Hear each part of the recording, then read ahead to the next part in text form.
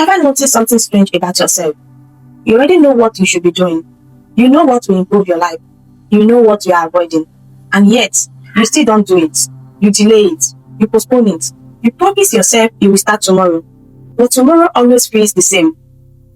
And that creates a frustrating loop. Because, in your mind, it doesn't make sense. If I know what to do, why can't I just do it? And that question slowly turns into self-judgment. I'm lazy. I have no discipline. I'm just not like those productive people. But what if the truth is far more interesting and far more human?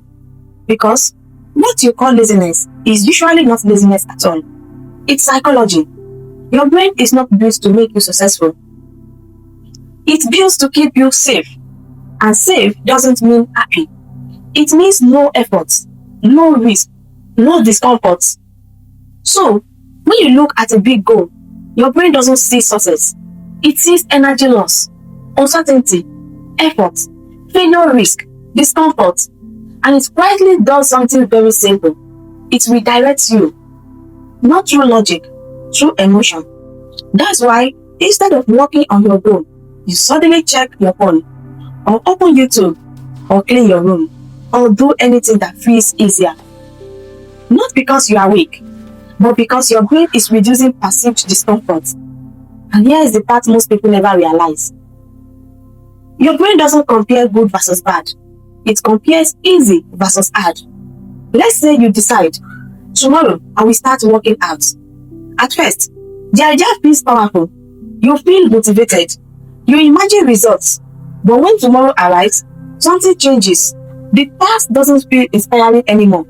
It feels heavy. And now, your brain says, let's just delay it a little. And you agree, because it feels harmless. But here is the trap.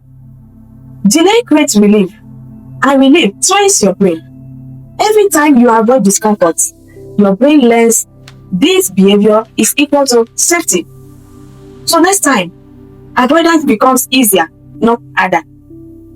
That's how procrastination becomes automatic. Not through laziness, but through repetition. Most people fail not because their goals are wrong, but because their starting point is too big. Get fit, learn a language, build a business, write a book. These are not actions. They are identities. And your brain doesn't know how to act on identity level goals. It only understands steps. So when the steps is unclear, your brain freezes, not because you can't do it, but because it doesn't know where to begin. And uncertainty always creates avoidance. There is a myth that successful people are always motivated. They are not. They just start before motivation appears. Because motivation is not the cause of action, it's the result. When you begin doing something, even slightly, your brain releases feedback chemicals. Progress feels good, and that feeling becomes motivation. So, waiting for motivation is backwards.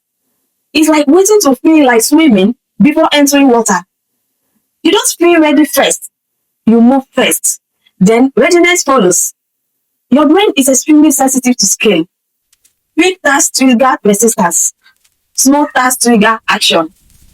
So, instead of saying, I will work for 2 hours, your brain resists. But if you say, I will work for 2 minutes, something shifts. Because 2 minutes is harmless. It doesn't feel threatening. It doesn't trigger avoidance. And once you start, you break inertia. Because motion changes psychology. A moving mind is easier to guide than a frozen one. Every time you take action, you reinforce identity. I am someone who studies. I am someone who trains. I am someone who writes. But identity doesn't change through thinking. It changes through evidence. And every small action becomes proof. Not for others, for yourself. And over time, your brain updates the story it tells about you. Not through one big moment, but through repetition. Willpower is not stable. It depends on energy, mood, sleep, stress. That is why you can feel motivated one day and completely unmotivated the next. So relying on willpower is like trying to drive a car without fuel planning. Eventually, it stops. That's why systems beat motivation, because systems don't rely on emotion. They rely on structure. If this happens, I do that. No debates, no negotiation, just behavior. Habits form through repetition, not intensity. Doing something perfectly once has almost no impact. Doing something imperfectly 50 times changes everything, because the brain learns through familiarity, and familiarity reduces resistance. That's why even a small habit done daily becomes easier over time, not because you got stronger, but because your brain got used to it. Yes, avoidance is often emotional, not logical.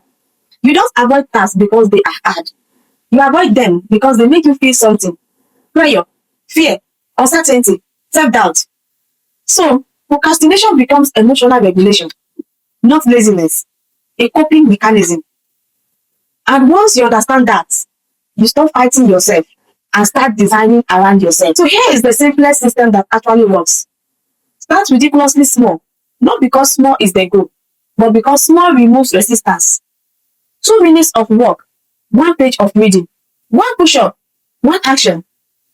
Because once you begin, you are no longer stuck in avoidance mode. You are in motion, and motion literally expands. Nobody becomes disciplined overnight. Nobody transforms in a single decision. And nobody escapes procrastination permanently. But people do change through repeated small decisions. And the most important moment is never the big breakthrough.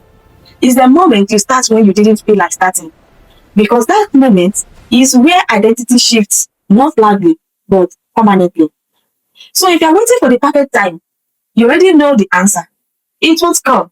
The only thing that changes your life is what you do next, even if it is small, especially if it is small.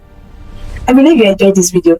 Do well to subscribe, turn on the notification bell so that you will receive more psychology tips like this. See you in my next video. Goodbye.